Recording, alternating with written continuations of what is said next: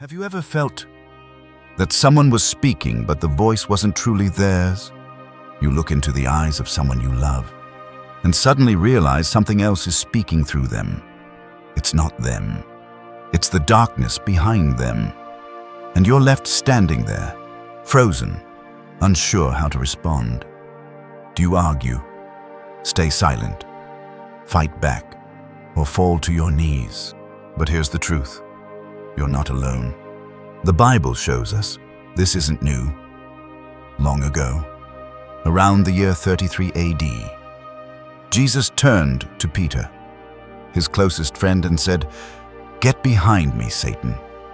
Not because Peter was evil, but because in that moment something was speaking through him, something that opposed the will of God. From Genesis to Revelation, the Word of God reveals this battle. A war not of flesh and blood, but of spirit and shadow. And just like you, they faced voices that were not their own, and God gave them victory. So now it's your turn, not to fight people, but to silence darkness with light. If this speaks to something you felt, something you faced in silence, then this journey is for you. Join thousands of others walking through the same shadows. Subscribe to Verse and Wisdom. Like this video if it echoes what you've lived. And share it with someone who might be standing where you once stood. Because you were never meant to fight this battle alone. And now, it's time. Let's begin. Right where the first crack formed. In a house filled with tension, a wife, a scream, and a spiritual battle no one else could see. It started with a sound. Not a scream, not a crash, but a sound that shook the soul, like glass cracking from the inside. He turned. The kitchen was dim. The light above flickered. And there she stood. His wife. Once gentle, once calm. Now a storm in human form. Her mouth opened, and the scream that came out wasn't hers. It was raw, primal, piercing, a cry of something ancient and angry. He froze. He had seen her upset before, frustrated, hurt, even furious. But this was different. The look in her eyes, hollow but burning, like something else was looking back at him. He tried to speak. Her hands trembled. Her voice cracked. Words spilled from her lips. Accusations, curses, cries that didn't make sense. She wasn't like this yesterday. She wasn't like this an hour ago. Something had shifted. He whispered her name. No answer. Just that trembling voice, as if someone or something was using her throat to speak. And in that moment, he remembered the verse, "For we wrestle not against flesh and blood." He didn't feel anger. He felt fear. Not of her, but of the thing behind her. He had seen this once before. In a church, a man shouting things that no one understood, eyes rolled back. The elders had laid hands, prayed, commanded, and peace came. Was this the same? He looked at her again, her voice rising, her hands shaking, the lights flickering as if they too were afraid. He took a breath, not to argue, not to shout back, but to listen, to the Spirit. What do you do when someone you love becomes someone you no longer recognize? What do you do when the enemy stops whispering in the dark and starts shouting through a familiar voice? Do you fight them or do you fall to your knees? He stepped closer. Slowly, her eyes locked on his, and he saw it. Just for a moment, a flicker of her, the real her, drowning inside. He whispered again this time, not to her, but to heaven. "God, I see her, but I know this isn't her. Show me how to fight, not her, but the thing behind her." The scream faltered, the tension cracked, just slightly. Not a victory, but a beginning. Because now, he knew the truth. He wasn't fighting his wife. He was fighting something through her. And the real war had just begun. It would have been easy to shout back, to match scream for scream, to say the cruel thing, slam the door, fight flesh with flesh. but something in him held back. A whisper, not from her, but from within, "This is not the battle." So he did the opposite. He stepped forward, slowly, and sat down, right there on the cold kitchen floor, not in surrender, but in stillness. She kept yelling, but he didn't look away. He didn't interrupt. He let the storm howl and waited for the wind to pass. Because peace, real peace, isn't silence. It's presence. He began to pray, softly, not aloud, just thoughts reaching heaven. "Lord, I need your peace, not mine. Let it fall here. Let it settle." Her voice cracked. Something shifted. She blinked. Once. Twice. He kept praying, not against her, but for her. Not louder, but deeper. And like oil on fire, something began to change. The flickering light above steadied. The tremble in her voice softened. Stillness began to creep in, not a full calm, but enough. Enough to see her fall quiet. Enough to watch her eyes fill. With confusion, with tears. He spoke now, 3 words, soft, simple, sacred. "I'm not fighting you." She collapsed into a chair, head in hands, breathing heavy. The atmosphere had shifted, not because he overpowered her, but because he refused to fight her. Because the enemy thrives in conflict, but flees from clarity. Ephesians 6 wasn't just a verse anymore. It was a strategy. Put on the full armor of God. And today he chose the shield, not to defend himself, but to cover her. That invisible shield, the peace of God that surpasses understanding, now stood between them. Not as a wall, but as a healing space. She wept, and something broke. Not in her, but in the spirit behind her. Because love had entered the room, and light had answered the scream. He didn't know what would come next. He didn't need to. The storm had spoken. But now, peace had answered. And that was enough for the war to begin shifting in his favor. It wasn't always like this. There was a time he'd run down the hallway yelling, "Dad, Dad." There was a time bedtime meant stories, laughter, a hand to hold. But now the hallway is quiet. Now the door stays closed. And the boy who once clung to his shirt won't even look him in the eye. He calls out, "Son." No reply. He knocks. Nothing. Inside that room is a silence deeper than anger. Something colder than rebellion. He tries again. "I made dinner, your favorite." A pause, then footsteps. The door opens. Just enough. Eyes peek through. But they don't see him. There's something behind those eyes, a dullness, a distance. The boy nods, says nothing, takes the plate, closes the door. Click, and the lock sounds like thunder. He stands in the hallway holding air and feels rejected again. But then comes the whisper, not from the room, from the word. And the hearts of many will grow cold. This isn't just adolescence. This isn't just hormones. This is war, because the enemy doesn't always scream. Sometimes he silences. He cuts connection, builds walls, not with violence, but with distance. And suddenly the father realizes he's not wrestling his son's attitude. He's wrestling a spirit of separation, a spirit that entered unnoticed, slipped through cracks, fed on disappointment, grew in silence. He remembers Eli, a priest, but a father whose sons no longer listened. He remembers the ache of David, "My son Absalom." My son. And he knows this pain is old. But so is the promise. He places his hand on the door, whispers, "God, if he won't hear me, let him hear you. If he won't open to me, then open his heart to heaven. And if there's anything in me that closed the door, show me.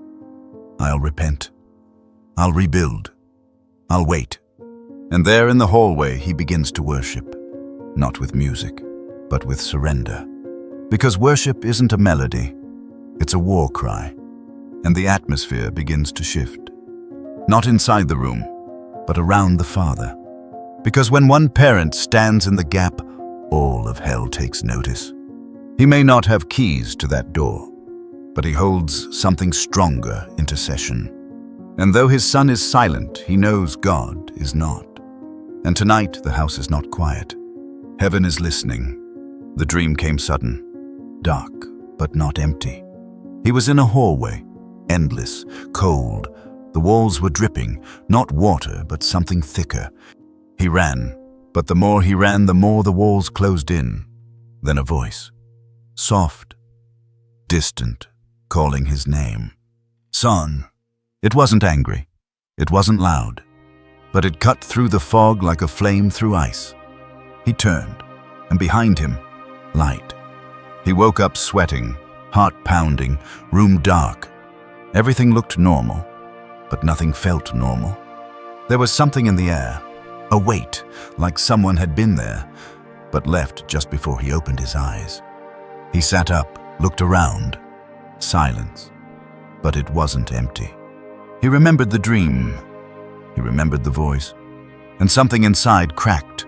Not broke, but cracked. Why had he stopped talking to his dad? He couldn't remember. It wasn't one moment.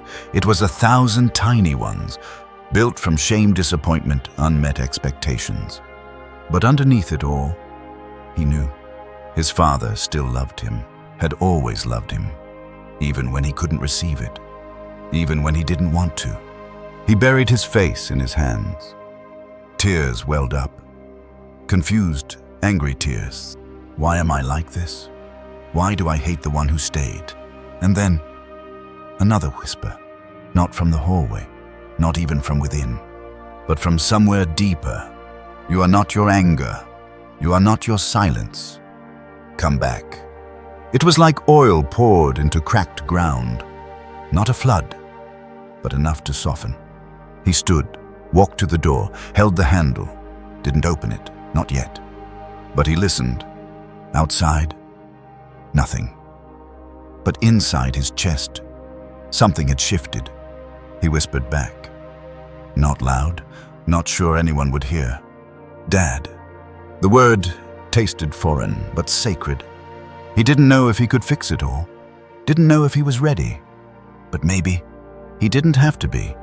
Maybe he just had to turn, even slightly, and let the one who waited restore what had been lost. Because love doesn't kick down doors. It knocks and waits and heals.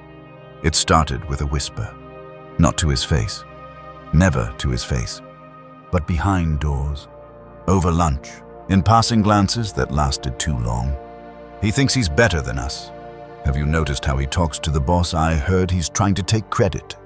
At first he brushed it off, but then came the shift. The meetings he wasn't invited to, the looks from people who once smiled, the coldness in his supervisor's tone. It wasn't just politics, it was poison. And the source, a coworker, always friendly, always agreeable, still smiles in the hallway, still says, "Good morning." But behind those eyes, something else. He could feel it, like the air changed when they entered the room. And every time he tried to speak up, something silenced him. Not fear, but confusion. Am I crazy? Did I do something wrong? That's when he prayed. God, what is this? And the verse came. The devil is the father of lies. Then he saw it. This wasn't about workplace tension. This was a strategy, a spirit of accusation. Same spirit that whispered in Eden. Same spirit that cried, "Crucify him," in Pilate's court. And it had found a voice in someone who looked harmless. He remembered Jesus, how they twisted his words, made kindness seem like arrogance. If it happened to him, why should we be surprised? He sat at his desk, the air heavy, emails unread, thoughts racing. And then he stood, quietly, went outside, breathed deep, and drew his sword. Not literally, but spiritually. He opened his Bible and spoke aloud, "No weapon formed against me shall prosper." Not to prove himself, but to anchor himself. Because truth isn't a defense, it's a weapon. He prayed for his co-worker, not with resentment, but with clarity. "God, I don't war with them, but with what uses them. Let your truth rise, let what's hidden be exposed, and let me stay clean, even when they throw mud." The next day, a file went missing. They blamed him, but this time, he didn't defend. He waited, trusted, and by week's end, the truth surfaced. It was found. And so was the real story. No apology came. But that didn't matter, because he had drawn the sword. And in the invisible realm, the lie was cut down. Not with shouting, but with stillness. Not with gossip, but with truth. He learned, you don't always silence demons by exposing people. Sometimes, you do it by standing firm with a clean heart and a sharp sword. The whispers didn't stop. Not immediately. They shifted, got subtler, more careful. But they were still there. Yet, something had changed. Not them, him. He sat at his desk, working, and just beyond his ear, he probably did it again. He heard it, but it didn't sting, not like before. It was like someone trying to speak a language he no longer understood. His chest stayed calm, no spike in breath, no burning in his throat. Just peace. He looked out the window and whispered, "Thank you." Because this wasn't natural. This was armor, not visible, but real. Shield of peace, worn by someone who had stopped proving himself and started abiding. That day during lunch, he stayed at his desk, put on worship music softly, opened Psalms, and read, "You prepare a table before me in the presence of my enemies." He paused, let the words sink.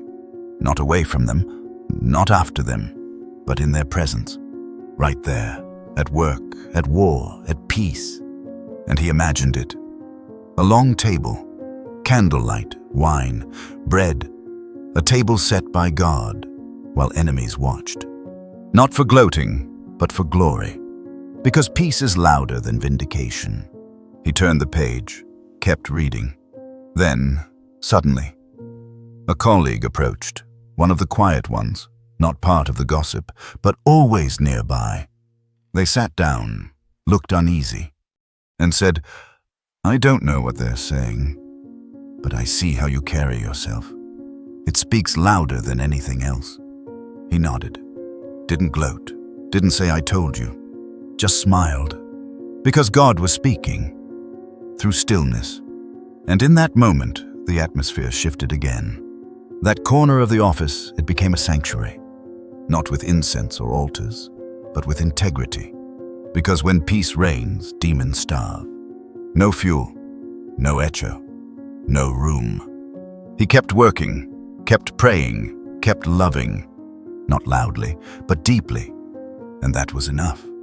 Because silence isn't always surrender. Sometimes, it's sovereignty. And in the quiet, he knew, God had built a shield around his name, around his soul, around his desk. And no whisper could pierce it. It was over, months ago. No more calls, no more visits, no more memories shared over coffee. Or so he thought. Until the text came, "I miss you. You know you'll never find someone like me." The words looked sweet, familiar, but something chilled him, not the message. The feeling. He stared at the screen, felt his chest tighten, like invisible strings being pulled. He set the phone down, walked away. But the thoughts followed. She wasn't evil. She was broken. She said all the right things, tears at the right moments, apologies in soft tones. But somehow every time they spoke, he walked away confused, ashamed, tangled. It wasn't normal heartbreak, it was spiritual entanglement. He remembered the last time they spoke in person. The room was dim. Her eyes locked on his. She whispered, "Even if you leave me, I'll never leave you." And it felt less like love, more like a spell. He shook the thought. No, I'm being dramatic. But his sleep said otherwise. His prayers hit resistance. His peace disappeared. Every time her name came up, his mind spiraled. Not from love, but from torment. That's when he opened the Word and read about Samson. How Delilah didn't just cut his hair. She uncovered his weakness, played the victim, then called his enemies. He saw it, clearer now. This wasn't about romance, it was about bondage. She wasn't his Delilah, but the pattern was identical. So he prayed, God, break this tie. I forgive. I release. I choose freedom. And then he placed his hand over his head. Not out of ritual, but out of desperation. Cover my mind, Lord, with the helmet of salvation. Let no lie take root. Let no voice rise above yours. And for the first time, his thoughts quieted. He slept, not deeply, but peacefully. And in his dream he saw it, a rope, thin but strong, tied to his chest, leading back into shadows. He tried to cut it, it resisted. But then, a hand reached in, bright, pierced with scars, touched the rope, and it unraveled. He woke up crying, not from pain, from relief. Because love doesn't control, it covers. And whatever this was, it had ended. Not just in his phone, but in his spirit. He changed his number, deleted old photos, but more importantly, he deleted the lie. The lie that said, you're hard to love. You'll always be mine. You owe me another chance. He replaced them with truth. I am a child of God. I am free. My worth is not up for debate. And as he walked outside, sun warming his face, he smiled. Because the silence left behind wasn't emptiness. It was space. Space for healing. Space for truth. Space for love that sets free. Not love that chains. He didn't expect her to reach out again. Not after everything. Not after the silence. But she did. This time it wasn't sweet. It was sharp. Angry. You think you're better than me now? You used me. You lied to yourself. He read the messages. All of them. Didn't reply. His hands didn't shake. His heart didn't race. Just sadness. Not for himself, for her. Because now he could see clearly. This wasn't love trying to reconnect. It was a wound trying to stay open. He closed his eyes and prayed. Not for her to go away. Not for revenge. But for mercy. Lord, I don't know what's hurting her, but I ask you to touch it, to heal it, to love her in the places I never could. And as he prayed, he felt it, a warmth across his chest, like oil, pouring, covering, softening. It wasn't weakness, it was authority, the kind that doesn't need to shout to be heard, the kind that stands in peace while storms scream. Oil of anointing. For the battle he chose not to fight. He remembered Jesus on the cross, bleeding, broken, betrayed. And still, he said, Father, forgive them. That was power, not retaliation, but redemption. And in that moment, he felt no urge to defend himself, no need to rewrite history, because freedom doesn't explain itself. It just walks away whole. He deleted the messages. Again, but not in anger. He whispered, bless her, Lord. Because love doesn't need access to still be love. Forgiveness doesn't require reunion. He sat down, opened his Bible, and the verse stood out. Do not be overcome by evil, but overcome evil with good. He underlined it, folded the page, and lit a candle. The room was quiet, but something sacred stirred in the silence. Not fear, not confusion. Presence. Because that's what happens when you love like heaven in a world trained for war. He stood up, stepped outside. Sky overcast, wind cold. But inside, still, unmoved. Because when you carry oil, the fire of the enemy slides off. And though the past may knock, it no longer enters. He no longer lived in that house. Not spiritually, not emotionally. He had moved. Forward, upward, toward the voice that said, "You are mine, and no accusation can steal you from my hands." He used to run into my arms. Every evening, shoes barely off, backpack still swinging, he'd leap forward, laughing like joy had no brakes. Now he walks past. Door shuts behind him like a wall falling. His eyes don't meet mine. His shoulders say, "Don't come near." And the silence in the house, it's louder than shouting ever was. I used to think it was just adolescence, a phase. But this is deeper, colder. It feels so car. Spiritual. It started subtly. One-word answers, late nights with his door locked, phone always in hand. But then the outbursts began, rage out of nowhere, disrespect without cause, and worst of all, a look. Not anger, not pain, just absence, like someone else was looking through his eyes. I cried, I begged, I threatened, I reasoned. Nothing worked. Until one night I sat in his room while he was gone. Posters on the wall, music still buzzing from his speakers, but something else hung in the air. A tension, like grief wrapped in static. And then I prayed, "God, I don't know who this is anymore. I don't know how to reach him, but you do. So I lay him before you, not to control, but to cover." And as I prayed, I saw it in my spirit, a flaming sword, not to strike him down, to guard him, like Eden's gate, like the word of God set ablaze. So I began to speak aloud. I break every influence, not from you. I silence every voice that speaks death, rebellion, despair. I declare this is holy ground, this room, this child, this legacy. The atmosphere shifted, not suddenly, but deeply. A weight lifted, a wall cracked. I didn't say anything to him that night. But when he came home, he paused at his door, looked at me, just for a second, and something in his eyes wavered. Weeks passed, still distance, still coldness, but less rage, less darkness, until one day he left a note on the kitchen counter. Just 4 words, "Thanks for not yelling." And I wept, not because we were okay, but because something had started. Restoration isn't always thunder, sometimes it's dew. That night I opened Malachi. He will turn the hearts of the fathers to the children, and the hearts of the children to their fathers. And I claimed it, loud, with tears, with faith. This child, he is not lost. He is lent. To me, yes, but by God. And what God entrusts, he guards. So I speak love.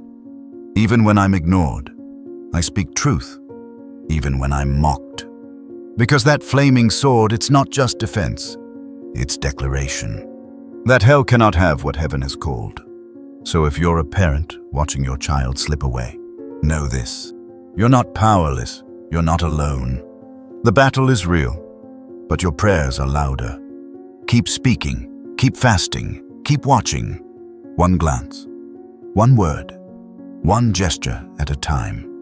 Hearts return. Walls fall. And when they do, you'll know it wasn't your effort. It was your endurance. Not your volume, but your authority. Not your logic, but your love. The flaming sword is lit, and the prodigal is not forgotten. He's just walking home through fire that won't burn but will refine. Let him come. God's not done. She smiled every morning. First one to say hello, last one to leave the meeting. Always helpful, always kind. And for months I thought she was my friend. Until the emails. One by one my co-workers grew colder. Meetings without me. Decisions made behind my back. And then someone slipped. They said you were unreliable. I asked who said it. The answer. Her name. I didn't want to believe it.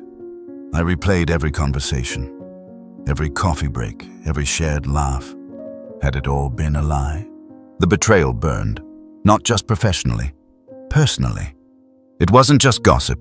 It was sabotage. I came home in tears. Not from weakness, from shock. My mind spiraled. Was I blind?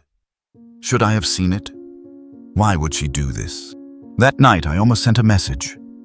Angry, exposing, but something held me back. A whisper, guard your mind. She touched your reputation. Don't let her touch your peace. I reached for my Bible and read, take the helmet of salvation. I closed my eyes. God, cover my thoughts. Let her words not take root.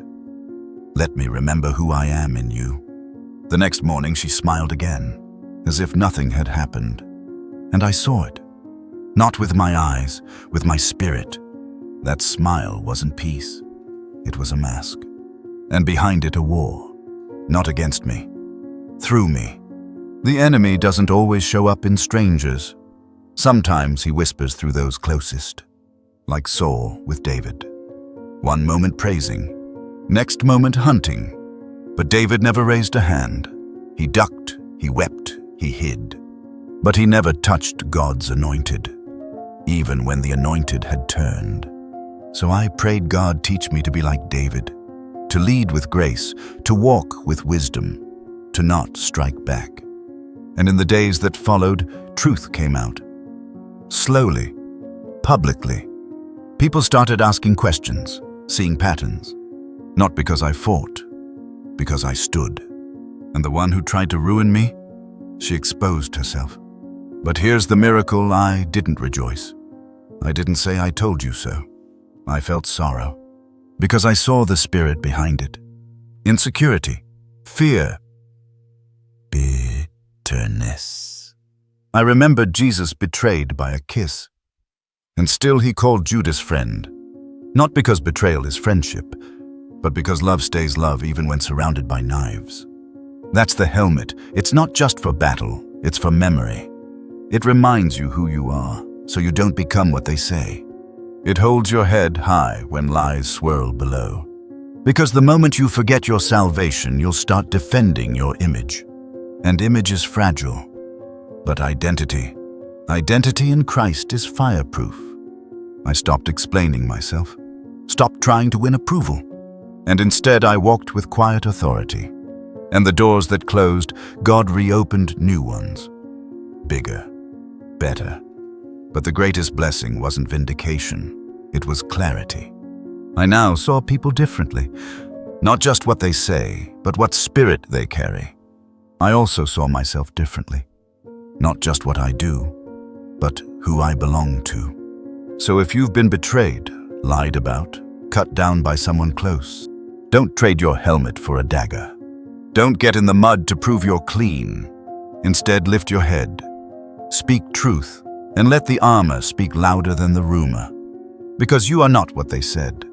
You are not what they hoped would stick. You are saved, anointed, set apart. And no scheme of man can cancel the calling of God. So wear your helmet and walk on. Let them talk. You were called to shine, not to shout. Let them scheme. You were born to stand, not to scramble. And when the dust settles, they'll see you didn't just survive. You ascended. With grace, with dignity, with your mind intact and your crown unshaken. It was just a room, 4 walls, 1 window, a candle I lit every morning. But something changed. The air grew heavy, like sorrow had weight. I prayed, I worshipped, I opened my Bible. Still the silence. It wasn't holy, it was hostile. The candle flickered weakly. Some mornings it refused to light. And I knew this wasn't just atmosphere. This was warfare.